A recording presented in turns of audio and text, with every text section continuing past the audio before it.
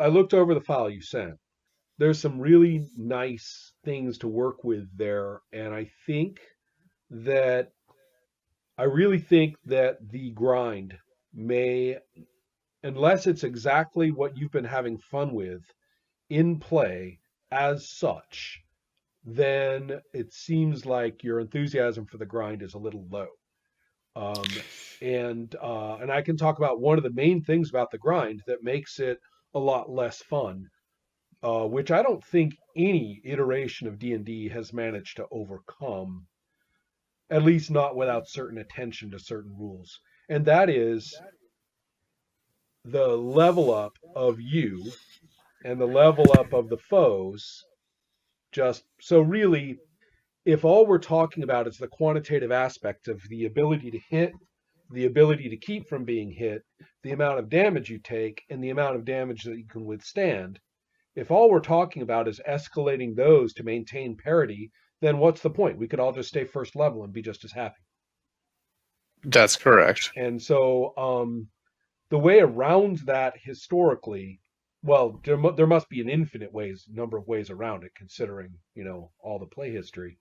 But in my experience, one way around it was to increase the craziness, so that you have wilder things happening. You have um, a big part of it is throwing in magic items, which act kind of orthogonally to the system, and so especially the ones that aren't just pluses, and so therefore you end up with a randomizing effect at a higher level, a higher order Right. of just random dice rolls. So that's one thing, creating kind of a more improvisational, oh my God, what just happened kind of, feel for everybody, GM included. Um, that's one solution. Another solution is what I think that we're going to experience in our current game of 4E, or I hope that we will when we hit Paragon level, which is that the nature of the crisscrossing powers across characters becomes its own environment that's different qualitatively from the heroic tier environment. So you end up with all kinds of weird things that go on among all the characters' different powers. So getting all those new powers is fun. And in many ways, I kind of wish that game didn't bother so much with 30 levels of careful racking up all those other variables, completely in Right. parity. I mean, it just is. I don't see the point. Why don't we focus on the cool powers crisscrossing? I mean, that's where the Right. the new feel for play comes from, not the quantitative bulking up. So anyway, there's, as I say, there are solutions, but they even those solutions still kind of beg the question of why do it in the first place? Why not just have those cool features come into play and make play more fun? And why bother having 144 hit points when you started with 14 if your foes just turn from 14 hit points to 144 hit points, right? Right. Why bother bulking up your skill to hit to, you know, roll 22, or sorry, roll d20 and add 22. It used to be Right. roll d20 and add 2. What's the difference if armor class has just been tracking up with it the whole Right. time? Anyway, I went on. You get it. I don't need. I don't. I'm going Well, on and on. I'm going to respond to that really briefly. Like, I definitely hear what you're saying. Um, but I've had some really positive experiences with the grind Hmm. that maybe that didn't really come out in my document.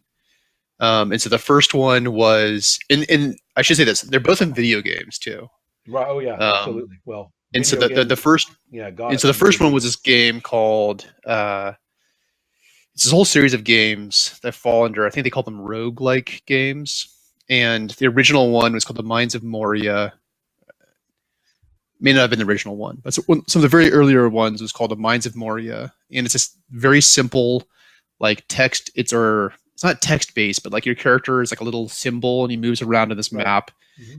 and you just it is kind of in some ways like the perfection of like the grind and or in the delve as you've described it. So Yeah. you go deeper, you get magic items. At a certain point, you have to decide you're going to desperately try and get out. And the game itself is really, really engaging, and the tension gets very extreme because as you get deeper, it gets harder to kind of get out. Um, like, and also just a big part of the tension in that game comes from once you've invested a lot in that character, like the stakes feel like they're then higher. Right. And so, once you've invested 40 hours into this character and you're on level 20 of the dungeon and you could come across something that can one shot kill you, that becomes like a very, very tense situation. Yeah. So that's Right. my first example. You want to respond to that? Well, I have one more example. only that what we were calling the grind, which is to get your level up, your level up, your level up, your Right. level up, is not quite the same as the tension you were talking about. Because what you were just talking about, that could occur almost any time. Your point about having invested so much, that's true. That's true. But it doesn't necessarily that speaks to, however, investing in that character for 40 hours in any way, not just in leveling up, bulking up, leveling up, bulking up. Um, Yeah. but Well, to anyways, be that's I'm quibbling a little. But go on, follow your train of thought. that might be an interesting thing to kind of take to the forums and see if we can get some Yeah, feedback because a lot of people have played those style of right. games, and I'll bet people have thought about them a lot Yeah, and sort of why they were successful. And I may be kind of missing like why that style of game is so successful. I agree with you that I know people who still speak with great joy and memory and a lot of genuine fun in that history of doing that. Yeah. So okay, yeah, I got you. Um, Okay, so go the on. second style of game is it's much more recent and it comes from some of these first person shooter games Hmm. that I play with some of my friends and we play in my house a lot. And there's a cooperative style in these games where you work as a team. You're fighting sort of hordes of zombies or aliens or whatever, and you're moving through different levels. And as you move forward, you're kind of upgrading your guns and your powers, and you have certain abilities. And um, each level kind of gets a little bit harder, so the difficulty actually does increase. Like you're getting better, but the difficulty is Right. increasing, and the parity is not equal, so it actually is easier earlier on. But also at the same time, if you're not working really hard to kind of Right. upgrade your guy as you go along, you start to They'll fall lose. behind, Yeah. and then you lose. Right. And that style of game, that is, it eventually you do get to level 20 and you beat it or you don't. And you kind of what you do with those is you play them again and again. You try and get further each time. That style of game is like can be very fun, and I've had a lot of fun with my friends playing that. And but it still is kind of like in some ways it's still kind of the grind. Like I agree. There you was a have to lot start. less Yeah. difference between the two of those when you talked about the virtues of the grind, in your experience, and then you talked about this. They sounded pretty similar, not as Yeah. alternatives. Do you want to go back to what you said in the document? The let's just call it, maybe the names are throwing us off slightly, actually. Okay. Um, in the Yeah, the first grind does kind of sound sort of Yeah, pejorative, yeah. I I mean, guess. and there's several I think we just discovered there's several variables at work there that are easy to mix up. And one of the primary thing that I'm seeing as the big two really different ways to play. One is that you're going to be in it. You're the losing your character in a major way. I mean, technically a character could die, but if you replace him with somebody of the same level, that's not really a big deal. But if you're going to be in it. The You said it's like football. You're going to play to the end. I'll even say baseball because we all know that there are baseball games where you're kind of like, well, can't you Right. just end at the fourth inning? Actually, But okay, no, nine it is. And if it's 0-0, 10, you know. Right. And so you've got that sequence. This is going to happen. And aficionados of that kind of play will tell you that that's very important because, yes, you can be 1-0 or 0-1 or 0-0 for 5 innings, but that just makes the sixth inning really important, stuff like that. So Right. they yeah, and there's other things, details of baseball, because you start your lineup where you left off last time, and that's often very important. So with that in mind, okay, that's the idea though. You've got pretty much a fixed sequence. Let's call it 10, 20 levels, whatever you want to call them. And say, you're playing through, and whatever happens in play happens, like maybe losing a character is a setback of some kind, but it's not, you know, but the party will go on. We will go on. We're doing the 20 levels or whatever the units are. And then the other mode, the other way to play that you're talking about, as you say, is much more like mixed martial arts. There are units that will finish on their own in terms of time or amount played, I guess, in our case.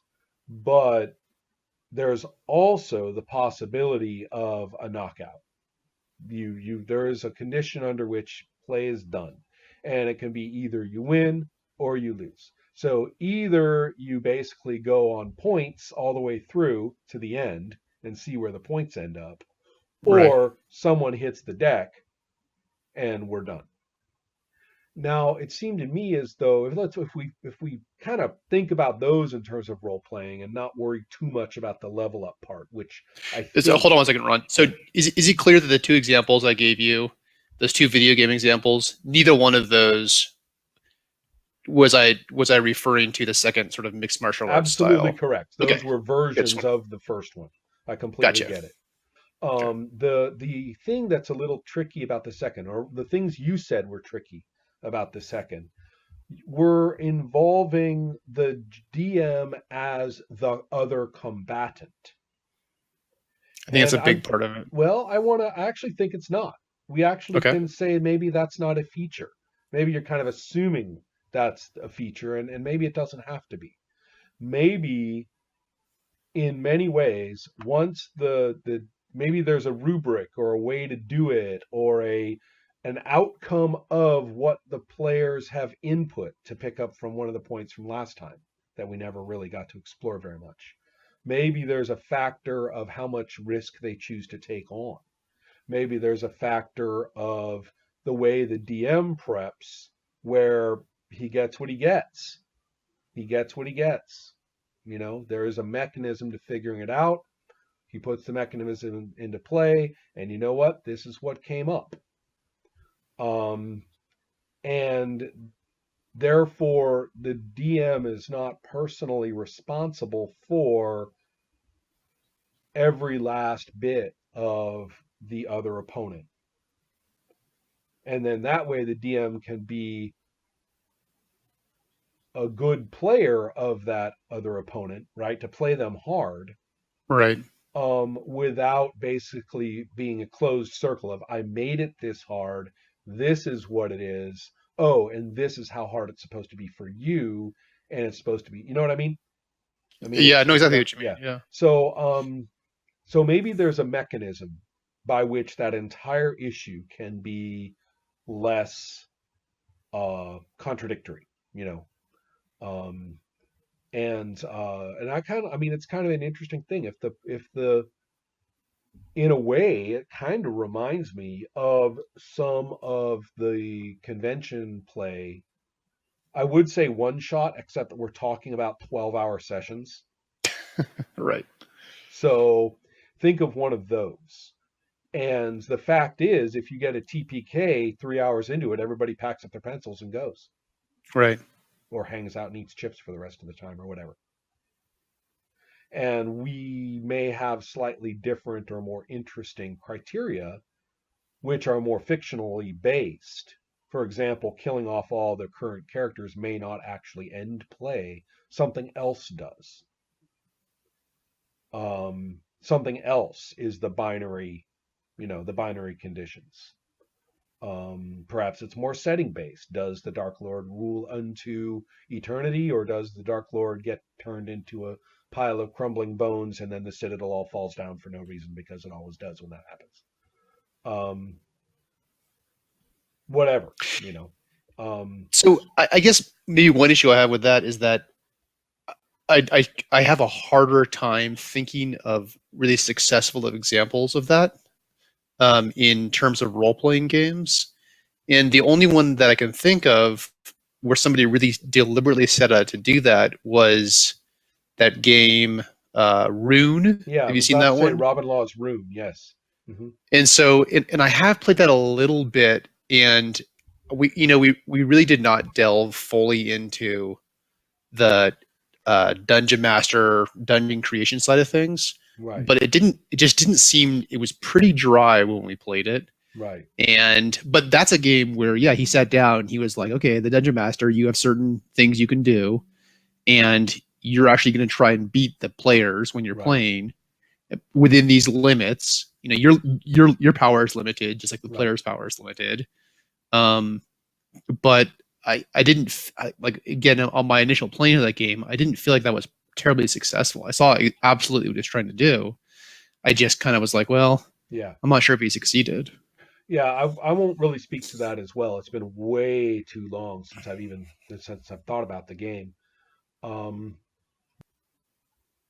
okay. There's a couple of different variables at work. Maybe a loss means, I mean, you know what? Let's pretend you have a fixed setting. Okay. Let's pretend you have a setting with its elaborate, history. Here, I'm reading this game from 1994. I've been working on it for a little bit and really dissecting it because you're going to laugh, but this is a game that one of these days I'd really love to play. Uh, Legends of Dark Earth. Oops, look backwards. And here's the map, right? Nice, Yeah. nice. Looking familiar. And it's got tons of setting and stuff like that, and I'm not going to patronize it. It's actually full of brilliant ideas, and I've always kind of envied the game. Cool. But I am choose. I pointed that out. So let's pretend that you've gone ahead and done that. I don't know if you'd rather be tortured for days rather than do it, but let's just pretend you did. And then the idea though is that if we get a knockout, maybe the alteration to the setting is incredibly drastic, Hmm. and you really are going to have to make up new characters, and they really are going to have to, the players have to decide, are we going to keep going or not? We could go 10 rounds. We could go another round. Maybe that's the best. No, instead of 10 we could go another round. But you know what? We got tanked. We're This is the end. We're done. A good game, you know Right. Um, and maybe if that's the way it works, so that you could go on, they say, oh, no, no, yeah, we get it. Our next characters are going to be, maybe have completely different character options because of the new circumstances. Basically, reboot, right? Now this whole, you know what? The halflings are gone, man. That was part of that whole situation. The dude was going to expunge all the halflings, and we failed. Right. We got beaten.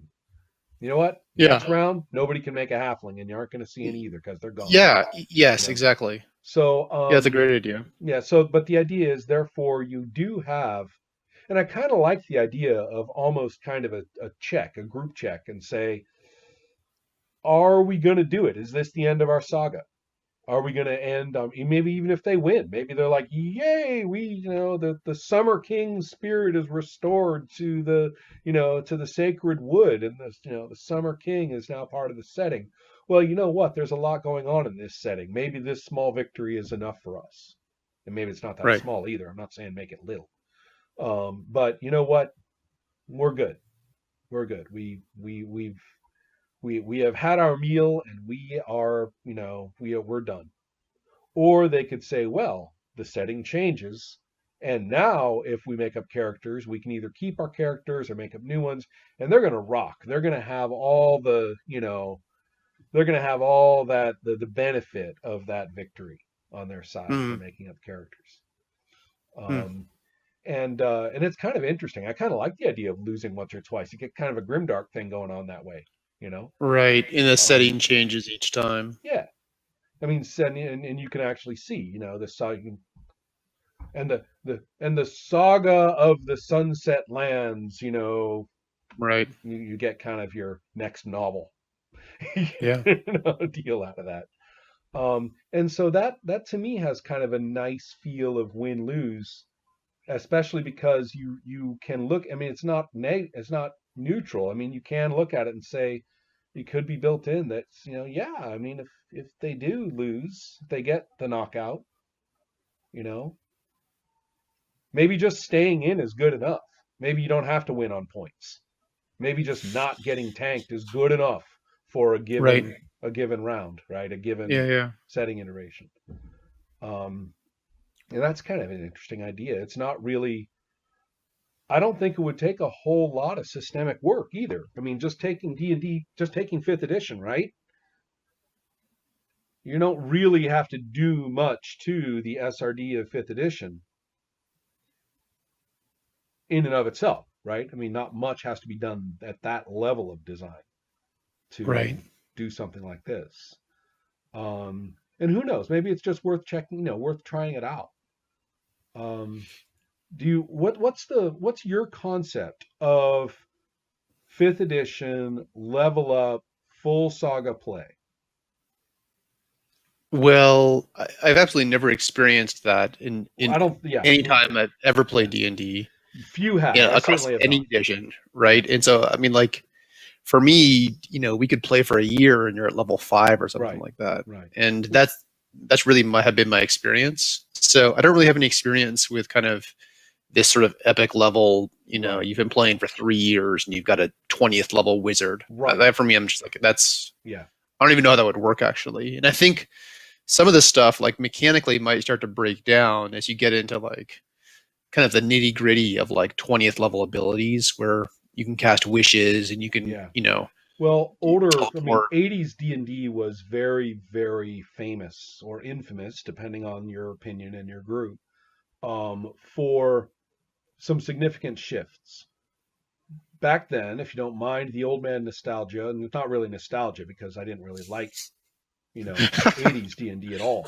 And Yeah. so, but the basically first few levels, you're a baby bird, and especially the magic users, you're a baby bird, and if something breathes on you bad, you're gonna die.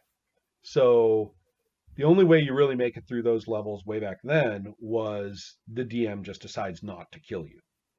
Gives you multiple breaks, multiple breaks, and fudges all the time. Whatever, you don't die. And then the fourth level was actually fourth and fifth were really a sweet spot because you had enough to take a hit. A couple goblins could hit you in a fight and you weren't going to die. And furthermore, your saving rolls started to actually look a little more manageable. Um, and Then, of course, there was kind of the obligatory acquisition of Fireball. The fifth level magic user could fire, Right. could zap a fireball. Right. Third level Does the anybody paladin. not choose Fireball when they get Well, to I fifth don't level? remember choosing at that time was not the point. The DM actually provided you with available spells to choose from via finding I see. scrolls. There was no other way. And so you Uh-huh. didn't get to choose from a list. And so, but the point was, if okay, we're fifth level, and a couple sessions in, you're like, okay, cough up the fucking fireball scroll.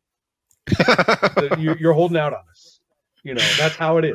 Right. We get it. We know. We all know that. Cough it up. We can use it.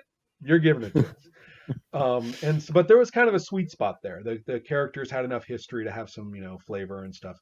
The other thing that I was going to say is 10th level was a big deal too. I'm thinking like playing with advanced Dungeons and Dragons with a bunch of modules kicking around. Hmm. Various usages of deities and demigods or Oriental adventures or you know who knows what. Somebody grabbed like a couple Dragonlance supplements. So at that point, 10th level meant you were a social badass. 10th level meant you were a person of substance, and the DM was pretty much expected to bring in lords and ladies to talk to them and for the problems to involve, well, our mountain range with its thousand-year-old citadel is besieged by the mutant manticores that are tunneling up from below. Oh, Right. brave knight, will you not help us? And so that kind of thing. And maybe you're getting married to the daughter of that particular lord or something. It has, sort of at least in some groups, it had kind of a Pendragon-y sensation to it. Right. The fate of counties, the invaders from afar, that kind of stuff. Um, a demon lord sends, a monster appropriate to your level to go and mess with the situation, and you make an enemy for later when you kill it. But yeah, getting up past that 15th level, 16th level, things just got bonkers. I mean, they were between the magic items and the wishes and the this and that and the other. Um, you kind of had to go back to first level where everything was pretty much how the DM chooses to say it happens in order to keep playing. Right. Um, all right, so that was a long oration of possibly boringness. But the idea is that yes, at the reason I brought that up, the reason I asked it was to get at the idea that you may not have to obey any such epic thinking so much as episodic crisis, Right. episodic, situations of some interest. Um, if that matches with your sense of what winning and losing are, you can lose this particular scenario and maybe I'll die or maybe not, but you lose this particular scenario and you can either end play there or you win this particular scenario. You win some, you lose some. If you play along a ways, you have some sort of prep mechanism by which the DM is following certain rules. They may not have to be as gears and levers during play as Rune was. You know what I mean? Uh-huh. The DM, the GM in Rune had, as I recall, had very specific ways they had to play in the moment in order to, Yeah. basically be. That's not really what I'm talking about. I'm just talking about standards for prep. Go ahead and be a plain old DM. But Right. standards for prep by which everybody knows this is what could happen, and those standards aren't necessarily built for parity. That's what I'm getting at. They're built to be a little edgy. Right. They're built to be, you don't really know if, that completely outsized creature is going to be in this. And if it is, then part of the whole saga is the whole problem is to try to figure out how to win without having to fight the thing nose to nose, because that's not going to go well, you know. Or Yeah. maybe, yeah, you two are going to have to go fight it nose to nose, and your job is to keep it off our ass long enough for us to go and do the things that will actually succeed. Bye. Nice knowing you. We know you're Yeah. not going to make Yeah. it. Just keep it busy. That's another kind of You know. uh, advantage that video game designers are going to have that you aren't really going to have in a role playing game like this, where they're able to design a scenario and very, very carefully tune it to a specific, sort of difficulty, Right. um, Well, and then maybe it try it doesn't have again to and be. again and again and again. Yeah, maybe it doesn't. The repetition thing is an issue there. Maybe that isn't to be replicated. Or maybe if it is to be No, I don't. I replicated, don't think it is. And yeah, I'm not sure I would try. I think it might be better to, like, I was thinking if there's some sort of like back doors that the players can take, or just if you put more emphasis on kind of the player ingenuity to respond to difficult situations, right, right, like like you said, they face the Tarrasque and uh, they can't beat it. All of a sudden, they're outmatched. But maybe through ingenuity, you really allow their ingenuity more space so that they can resolve these kind of difficult right, situations right. that The on paper are impossible or too difficult. Well, that's a classic of a lot of fantasy role playing is, and more old man bullshit here. Some of us feel it's a lost art. Some of them, that the art of, the art of saying, all right, we are outmatched. This is a vicious, vicious, vicious fight we're in. This is going super bad. What, you know, how does this work? Where are the loopholes? Right. And I'm not sure that's always a good thing, because then you get bullshit artists and rules lawyers and all that kind of stuff. I'm not really Right. going there. All right, boring anecdote. You're in for it tonight, Tor. I am just giving it to you with the boring anecdotes and personal Well, I reflection. remember you had a really good I felt example really at one good. point. I think Yeah, I read, and this is several years ago, of you were playing Hackmaster or something like that, I was and just you were about to able give that to. example. I see. I got you. I got your Yeah, number, yeah. Ron. Yeah, and so you were able to really kind of tweak the rules, and I mean, exactly. I mean, Mhm. come up with a creative solution that lets you defeat the monster, sort of outside the rules, almost. Almost. I mean, it's And kind of, yeah. That's the point. Is that that I even saw that the DM at the time was actually younger than me considerably, and I don't uh think he'd huh, ever faced that before. And uh you huh, could see him like flip the rules, like flip, and he kind of looks up and he's got this look on his face of that'll work. yeah, you know? And so, yeah, I mean, it. I don't know if there's any way to make that happen, except maybe just through best practices, maybe through one of the things that really makes that work, now that I think about it, is a hell of a lot of verbal aspects to the foe's descriptions. right, Things that they will and won't do, things that are very arbitrary on their part, that taken at face value are extremely menacing. Um, the I know you read the anecdote, but for the benefit of the listening masses, there was a creature in, and it was Hackmaster, creature in Hackmaster called the Screaming Geek, and I was playing a cleric with a very high constitution, um, and the Screaming Geek runs and screams. I have to look it up, but anyway, it was a dangerous monster because it runs and screams and attaches to you, and if it screams long enough, its mommy comes, and its mommy was this monstrous, monstrous, monstrous character, that foe that was pretty much a TPK. If the mommy came, the whole point was to try and get rid of this geek as quickly as you could, and right, the the geek attached himself to my character, and I was right on the top of the bridge over this river. And so I just said my character took a deep breath, held my nose, and jumped in the river, folded my arms, and went to the bottom. right, And again, the rules in the geek says it won't let go, it won't stop screaming, and if its mother hears long enough, she'll come. Well, right, guess what? And I looked up the drowning rules, right? And my constitution let my character stay down there for an inordinate amount of time. And I said, look, it says it won't stop screaming. You're going to tell me it's not going to drown? Number two, mom can't hear it out of the water, when we're down in the water like that. So I'm just stay down there when geek will drown, and I'll just paddle back up, or stomp my way back up in my armor, and wave to everybody, right? right, And so anyway, that aside, the only way that I was able to do that was because of those arbitrary statements about the creatures.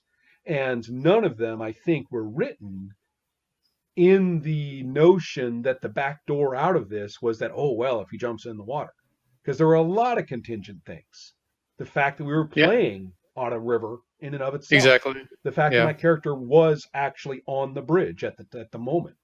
The fact that my character had that high constitution score, and the number of rounds before the mommy came were actually more than what my character needed to breathe, before he had to breathe. So, it all kind of lined up, all those things in a way that I don't think any game designer could or should no, have to worry about. So, exactly, but no, just yeah, yeah, throw in stuff like that about the creatures that makes the situations ripe for someone to say, hey, if it, And the same thing for abilities and things too. Hey, if my Yeah, the race ability setting does and the that, environment and the you're on a bridge, you're over a river, and all of that yeah, stuff. yeah, and the idea being that you don't have to, um,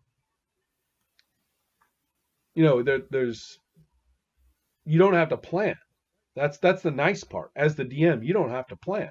You can go ahead and hit them as hard as you can. And the question is, look, man, I don't know how all these things are going to crisscross. That's your job.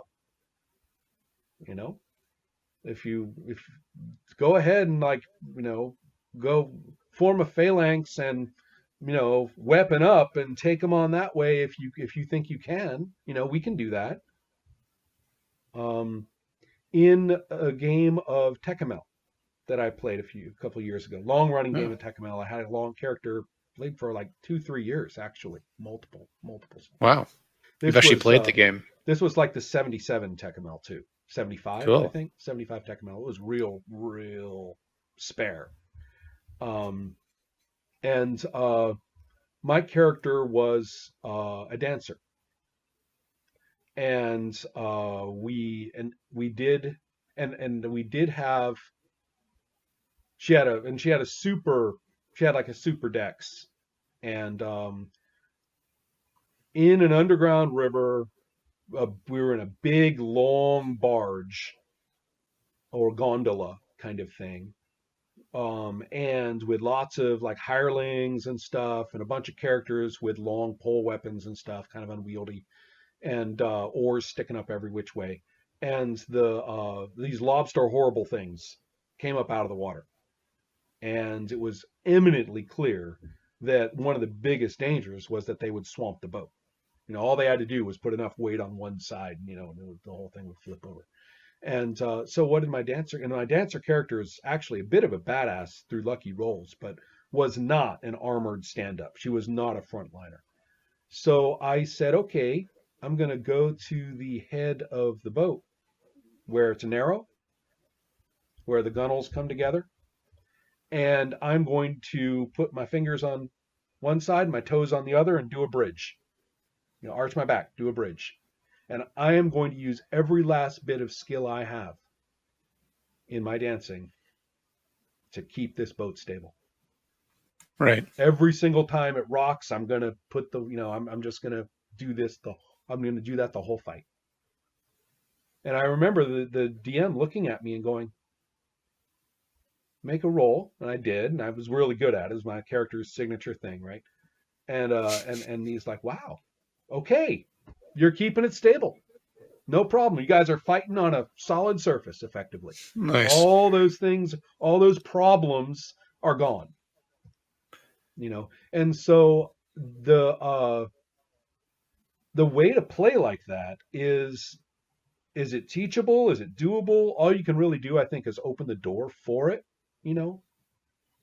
Um, and the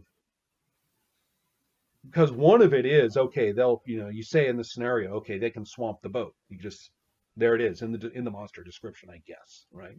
They can swamp the boat, or something about the rules for boats in water. A boat can get swamped. Here are the rules, and or some generic way of allowing a DM to say that about a given situation. Um, so with a lot of stuff like that in place, that's where interesting characters, details about the characters. In this one, the character's danciness, in the other one, the character's high constitution intersect with things about the situation and the monster descriptions that permit. I mean, is this the kind of thing that you would get a lot of pleasure out of? I mean, that you're kind of thinking of designing toward? I mean, in a Yeah, way, I think it something makes along it those lines. possible for you to hit hard with the boring aspects. It's not really boring, but to hit hard with the directly quantitative aspects of the foes. Yeah. How Well, fast it is, how much armor it's got, how hard it hits, how many attacks it might be able to pull off in a round, that kind of thing. All of that. What does it have? Poison, all that kind of stuff. You can hit pretty hard with that in an atmosphere of play. I mean, I'm not talking about bullshitting your way through. The player says, "Well, I tell the monster a story about my grandmother, and it breaks down in tears because it's so sad." Right, which I'm gets not really talking about annoying. that kind of stuff. I'm talking about things that I think in both cases were fairly, they were playable. They were literally playable. We weren't breaking a rule anywhere. Yeah, and they clearly arose out of like the fiction that you guys were Right. playing too. Well, I feel like something along those lines is, I mean, it currently is my best idea for uh, balancing out sort of the DM versus players Right. Right. situation. So, like the DM has, in some ways, the ability to create these encounters. They might be, deadly encounters. It might be hard to sort of exactly predict how dangerous they will be. Right. And then something along those lines is kind of currently my best thought for how you might kind of balance that out. The DM has unlimited power to do whatever they want, and the players have this incredible ability to. Fair. Yeah, Uh, I kind of like the idea of some sort of rubric for the DM, but some sort of procedure. And the reason I bring that up is because of how we ended the last discussion when you were talking about how does the DM do this without driving themselves into a little teeny tiny nub of, you know, used up ballpoint right. pencil, Yeah. and I was Maybe we going should to, talk about that. well, I think it follows with what we just talked about. I think this is a really good segue into that. Yeah. So the idea being, what is the DM responsible for? I know you can see the first point coming, which is to say, quit being responsible for other people's fun. I mean, you knew that was coming, right? That no, you don't have to be awesome. All you have to do is enjoy yourself as Tor at the table. And you know what? You're a pretty smart guy, pretty fun guy. You got the right idea. What's fun? They'll think it's fun too, and they'll bring their fun to it, and it'll be fun. So Okay, so let's pause right there for 1 second because like I don't know what the deal is, but in Dungeons and Dragons in particular, and I've experienced it more in D&D than in any other game I've played, I feel like as the DM, so much of my pleasure is coming sort of the I don't know what you call it, like the sympathetic sort of observing the players enjoying it and sort of sucking off of their sort of enjoyment of the game and the setting and like really picking up these cues from them. And so when their eyes are shining and they're into right. it, Well, I then you're get kind of that. excited. I get that, but isn't the point not to make it a full loop? That, in other words, it's not like you're breathing in the awesome into their left ear and then smelling it when it comes out exactly the same on the right ear, right? I'm trying to be It polite in is. my analogies, Yeah, no, but no, you no. know I mean, that's it's. I mean, the thing. I mean, it's almost. I mean, here's the thing, Ron. Like, I'm completely familiar with the concept of you're not responsible for their fun. They're responsible for their fun. As a DM, you really can't control it necessarily. Maybe they come in, maybe they're tired, maybe whatever. At the same time, I have found it almost impossible to avoid that kind of situation too. And so one of the things that I hope to do with this game is maybe I don't know what it is. I don't know. Create some sort of a healthy separation between. I don't know. I'm kind of right. thinking out loud here, but Well, maybe it would help if there were a procedure for, okay, what are my tools, not just for the, and remember, I was trying to get at this before, not for the session that's coming up, because you can't be in prep mode session by session by session. You can't. It's death. You have to be in prep mode for quite a bit of material, so that, or the potential way to manage a bunch of material, so that a number of sessions are kind of, you know, basically prepped. And so that way you don't have to, it's not every single damn session you have to go into full bore prep mode. So let's take a look at, for lack of a better word, we'll call it a level. Maybe it's differently defined than that. But this is what I'm doing for my current 4E game. I take the current level and I say, all right, how many monsters or foes is it going to take for them to get to to be a level's worth? And then I don't quite double it. I take another batch, you know. I kind of say, okay, I'm going to make more than that.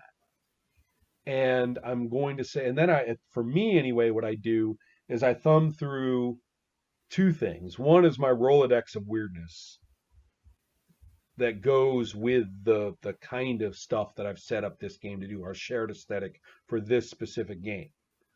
Then I also thumb my way through the monster manuals, which for 4E I actually find them extremely engaging. There's some really fun critters in there. Yeah, this would be really good Yeah, and their actually. stat blocks are really super easy to use and play. Yeah. That's one thing I really like about them is how incredibly playable they are when you grab that block and stick it in front of you. You're good. And Yeah. I think a lot of that actually did made it into the fifth yeah. edition as well. Oh well, you don't want to say that out loud. That anything about fourth is in fifth, you know. I know. So, I know. but the deal with the deal though is that therefore I can flip through those two Rolodexes. One is purely aesthetic, you know. Have I had a naked Uzi Golden Man? Ooh, no. All right. Naked Uzi Golden Man. You know, I'm all set. Okay. The last one's on a floating island. This one's going to be, you know, the first one was inside a dead guy's head and inside a dead guy's mind. The second one was on this floating island and a funky hallucinatory gem. And the third one, let's see, the third one's going to be, and so I'm kind of spinning off the imagery, right? So I've got those inside in my head and the book. I flip, and I come up with basically, and I think of NPCs, right? I think of NPCs. I don't use character stuff for the NPCs. I use stat blocks for monsters. Perfectly reasonable human or whatever NPCs, but I'm using a Crenshaw for it. I just skin it the abilities to be what this guy does in more mundane Yeah. life. So okay, so I'm making up my people. I'm making up my critters. I'm making up. I've got the setting stuff in mind. But my point is that I scatter it across this whole area, this whole thing. If you're thinking sandbox, it's not really true, because that's a really problematic word. But it's certainly not just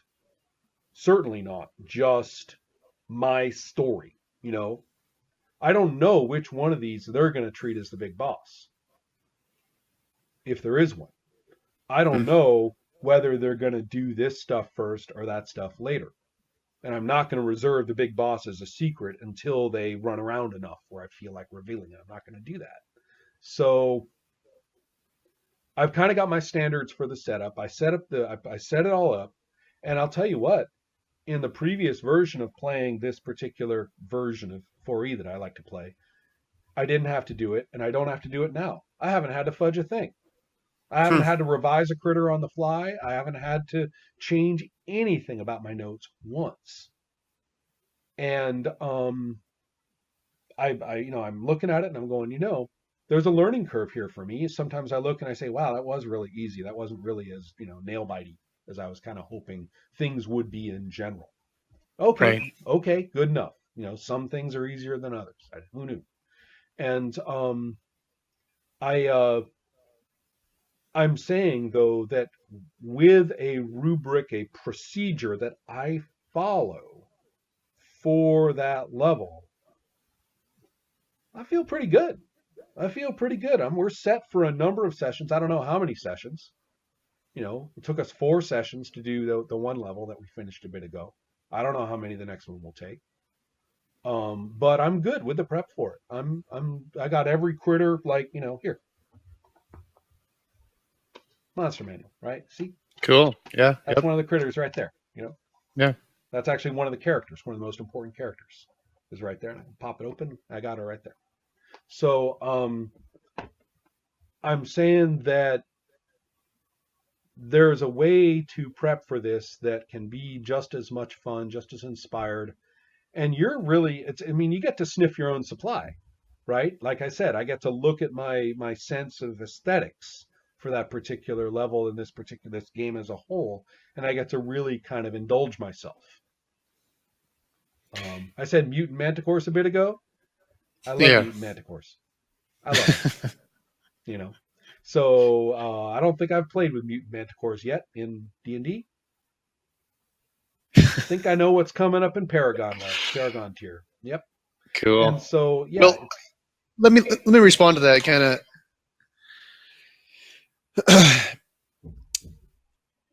I think what your description there for me is missing, and again, this could be like a very specific problem for me. I suspect it's not. I suspect a lot of people deal with this, I think you're but right. you know, Yeah. kind of one of the reasons I'm writing this game is because I'm very specifically trying to address my issues, the things that we come up with in our group. Um, capitalize on the things that have been fun. So again, I'm writing this very specific game, and Oh, by the for way, do you have a me, working title yet?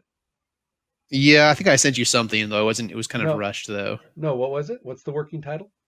What did I call it? Actually, I think it has Manticore and the Belitsunnu and the Manticore, or maybe Belitsunnu's Manticore.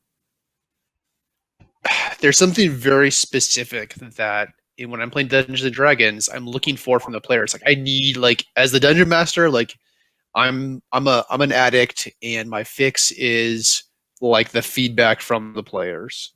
And then when it's good, it's great, and when it's not, then I'm crashing. Now, we can have a discussion about whether or not like that in itself is healthy. I'm not going to do that. I'm not going to do that. Okay, I mean, I'm not a therapist, right? I'm helping you design a game, good. good enough. I mean, But you so have not let's crossed my moral line with that particular statement. I'm sure there's a okay. few other things you might do that I would say, well, I'm not going to help you do that. But, So what I'm hoping to do is create given that, and I don't really know how to change that. I'm not sure I necessarily want to. How can I create the most functional version of that, or how can I create right, a more right. functional version? So what I'm looking for there, and again, my where that all started was every time you play, or while you're playing, you're kind of getting some input from your players that you then use to build the next dungeon or the next series of dungeons or whatever. Hmm. And I think I think that's not a revolutionary idea there. I think that a lot of styles of D&D do incorporate that. Not all of them, but some of them do. And a lot of sort of DM best practices do talk about that, kind of going where your characters want to go. Well, not only I'm that, just, but if what if you have a dwarf and what if you've got the standard array of races and you know three of them are dwarves, probably going to have a bunch of dwarven shit in there. yeah. I mean that's a very functional way of looking at it. I'm not going to say otherwise. Yeah.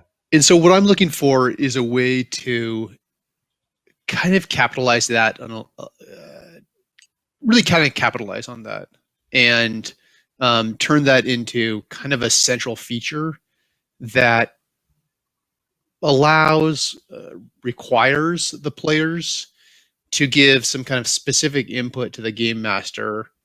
um, this is what we're interested. This is the direction we're interested in going. And rather, because here's the non-functional way it works out right now.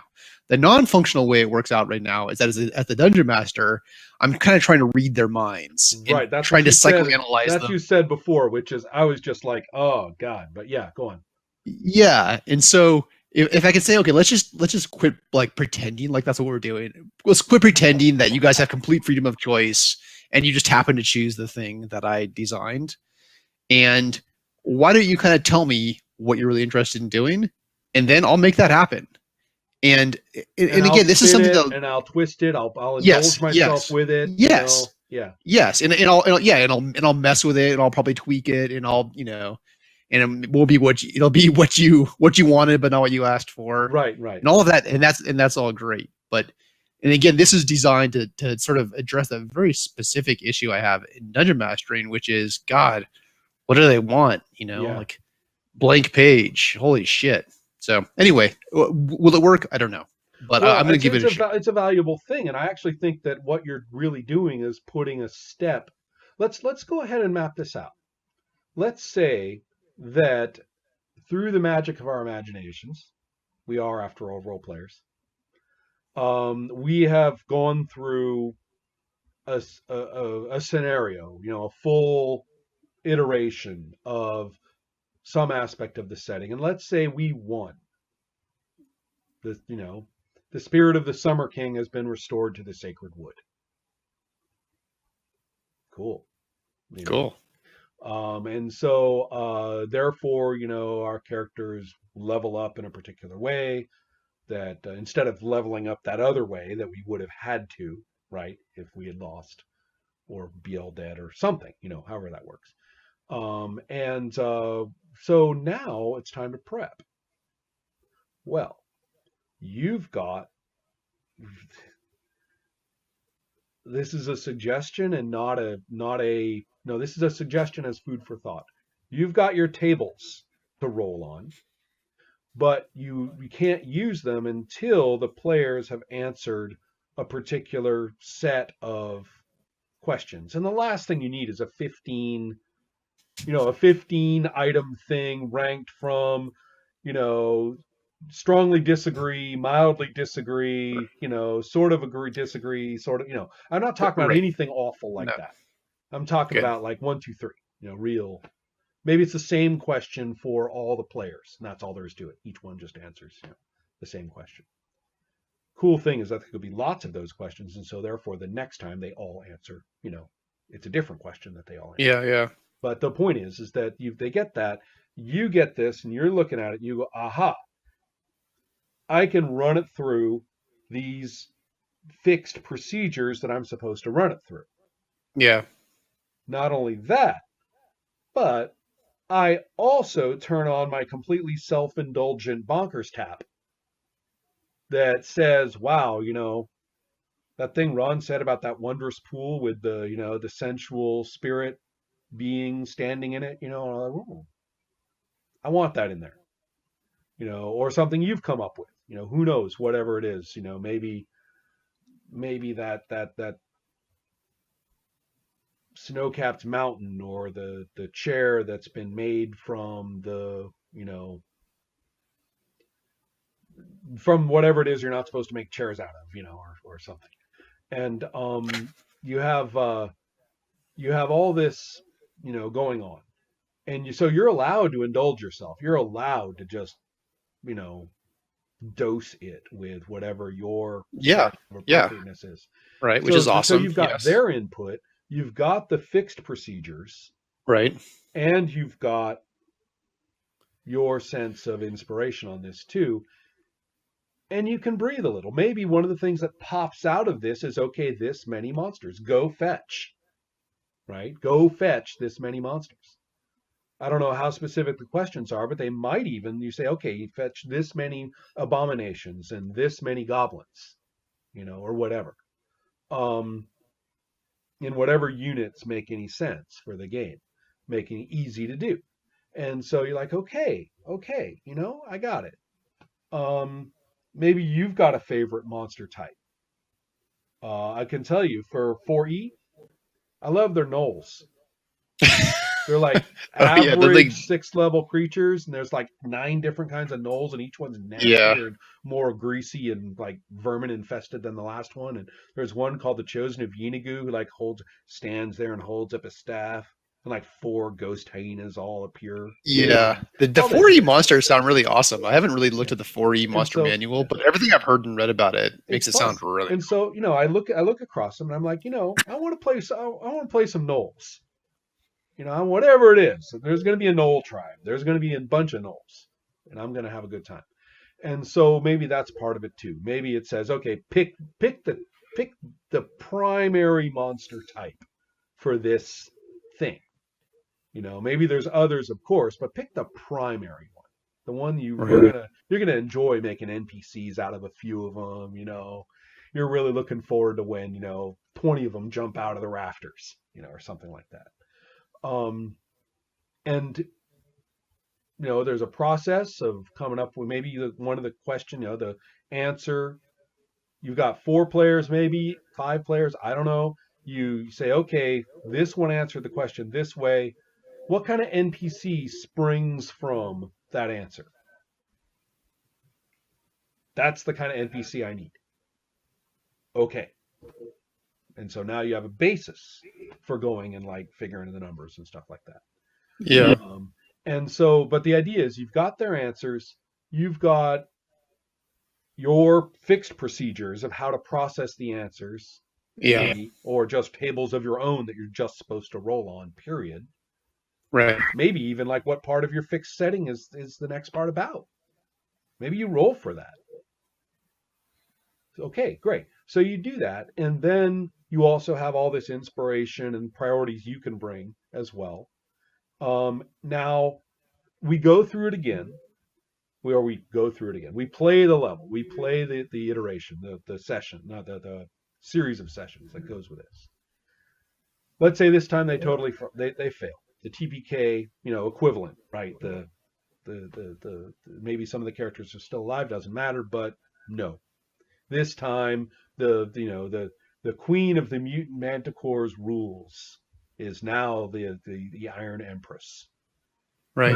You know, Summer King Sacred Wood, yeah, it's still there, but it is now, a little enclave, and the Iron Empress is now, with her mutant manticores. I'm in love with her already. Um, is here. And your characters are dead. Your character maybe your characters are the level up process is totally different in these circumstances than from the successful circumstances. Maybe when you make up a new character, they have to have a mutation, and not like a good one, stuff like that. So you have and maybe your characters are starting, from a little resistance cell huddled in a hole underneath the bridge. Um, so you okay? Yeah, I think what you're describing there is much closer to my conception Yeah, of how I'd like to do this, and it kind of gets at like one of my issues with the OSR. all Oh of it. boy, like uh, there's a ton of information, sort of DM facing information in the OSR. Billions of charts and random tables, and but it's kind of like the player side of things is just weirdly silent in all of them. It's just generating tons of material, almost in this like dungeon master vacuum, where we don't know, how the players are going to interact with it, if they're interested in it, if they have any input into it. And of course, I mean, the OSR answer to that is that that's a feature. You don't know. Like the players are gonna, it's gonna be surprising. That's gonna be gameplay. But for me, I found that to be very, very difficult. Actually, okay, Yeah, you have a chart. It can generate 1,000 random things. yeah. Great. Are the players gonna care about any of those things? I maybe not. Like, Because I actually think that there's a good way and a bad way to do that. If that's what you're going to do, then I think there are ways to do it that are very fruitful, and ways to do it that are basically just ways for you to fill up pages in your fucking book. well, I But feel like what you were so describing, what I've been thinking about, is hopefully a more, or for me, would be a more right. functional way of doing it. It's sort of there's a little bit more back and forth there, Well, and that they're that bringing process it. generates Yeah, something yeah, really unique and yeah. hopefully kind of specific It and would be very relevant to specific. I this like it. group Yeah. of people. Yeah, it would be super specific. Yeah. So yeah, there's something to this. Now we still haven't quite talked about the nature of the knockout, right? The knockout blow. Because to be fair, they should be able to deliver a knockout blow to your scenario too, right? To be fair, Yes. they Yes. should. I mean, so we either finish it out, right? They finish it out Sorry, without I all got dying, I a get donut. it.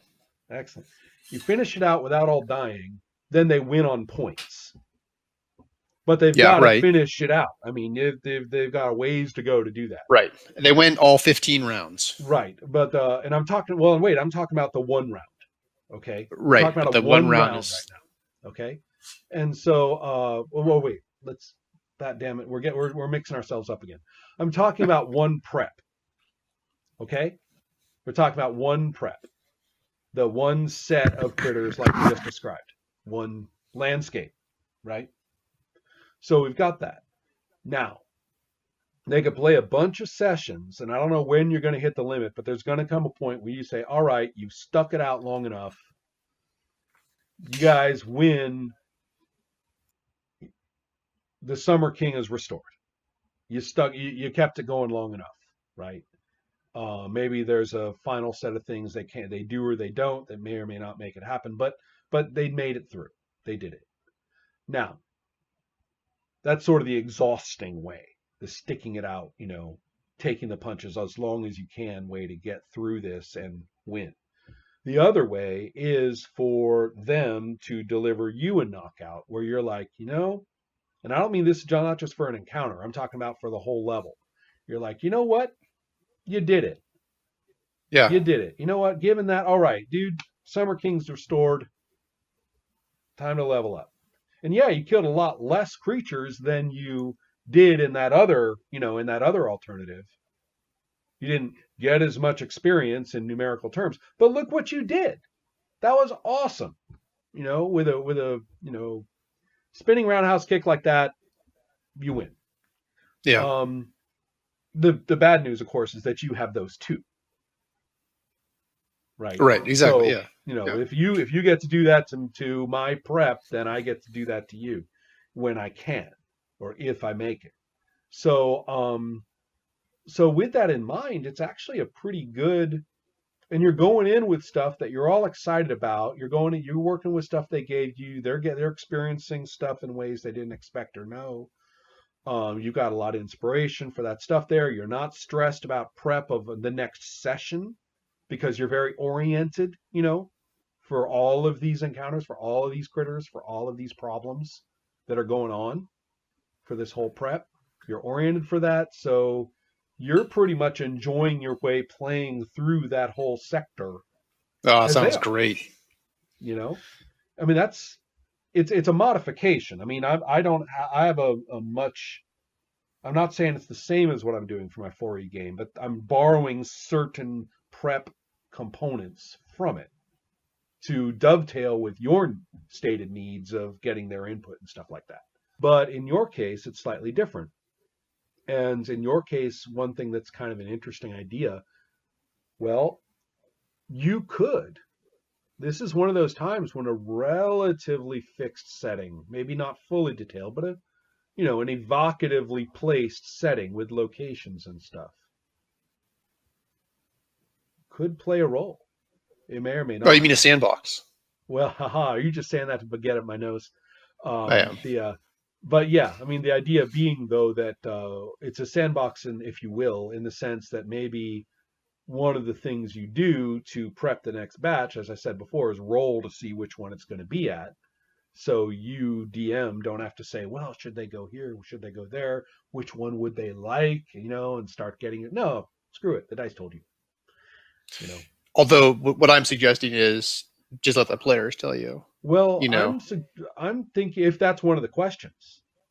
If that's Yeah, one of the and then questions. that for me is Right. kind of one of the big questions. I Right. mean, the other specific thing that I'm trying to avoid is that part in like every game that I've played where you're kind of wandering around town and you as the dungeon master know that you have this one dungeon prepped over here and you have to kind of do this sort of this dance around with your players where you have to pretend you're not forcing them to go to that dungeon, but you I know that in the end they have to right. go to that I dungeon. have And then yeah. there's like this delicate sort of like ritualized like mating ritual you have to go Right, through right. I to get them to go confess there, I but everybody confess I have pretends that never found myself in that situation, partly because I have never played long-term town and dungeon.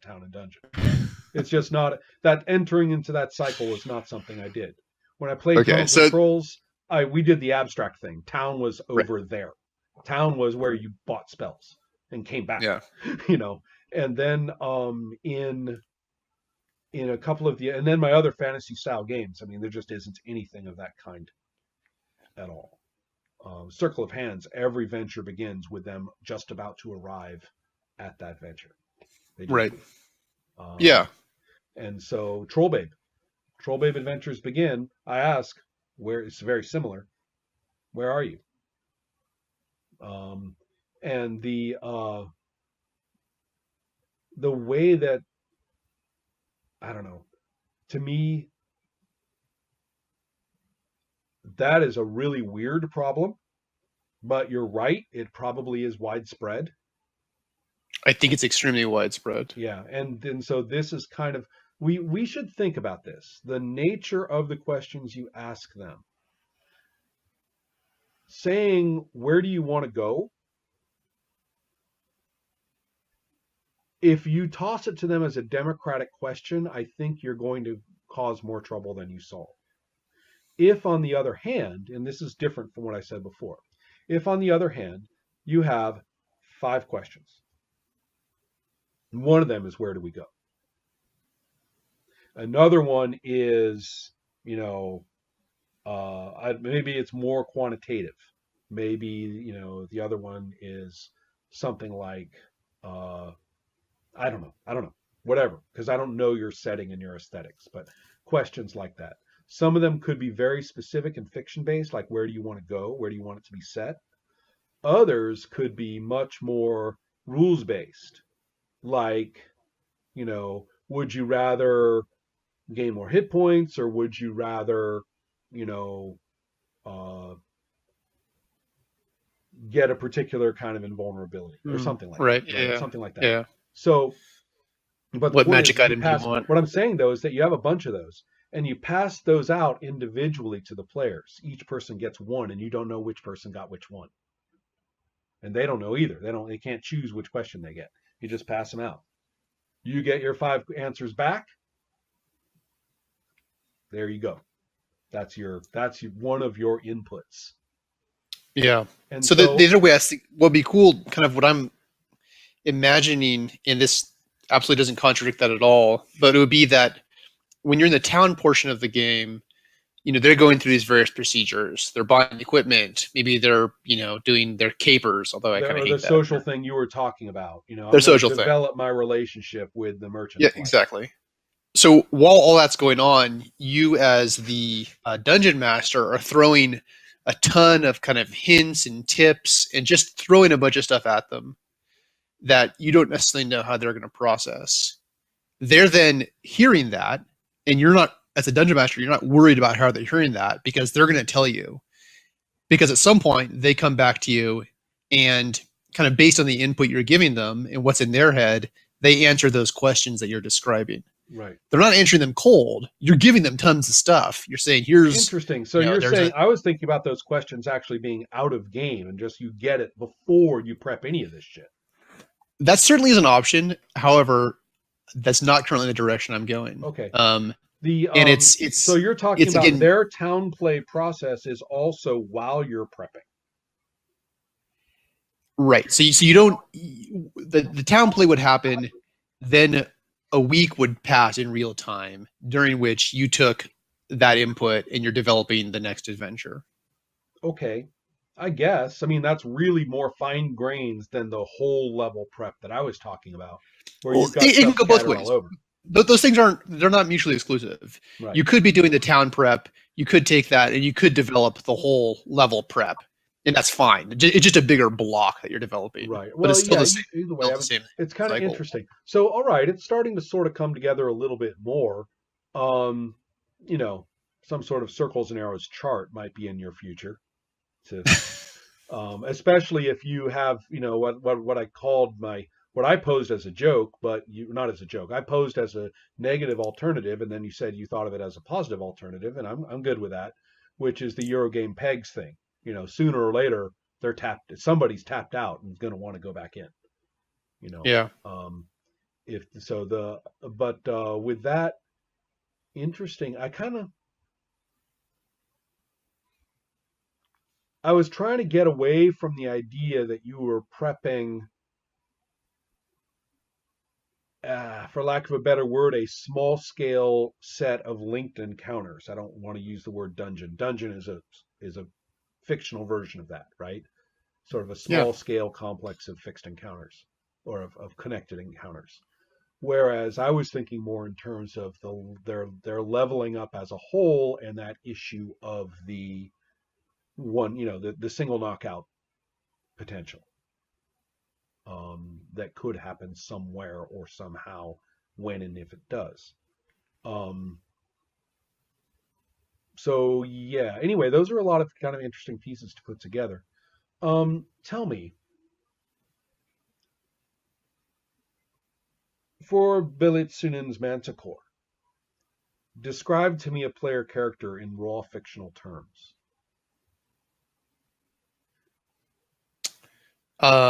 Okay. So a player character, uh, maybe we have a wood elf ranger, and she's the last wood elf on the face of the planet. And maybe there's a few other elves, but this particular character is the only wood elf left alive. Emo. And there may have been some when she was younger. There may have been some other elves who were around. Maybe she had a mentor or a parent, and they passed some wood elf culture on to her. Maybe they taught her how to be a ranger, how to shoot a bow. Um, but at this point, they're gone, and maybe she has some tiny fragment of wood elf culture that she's carrying with her.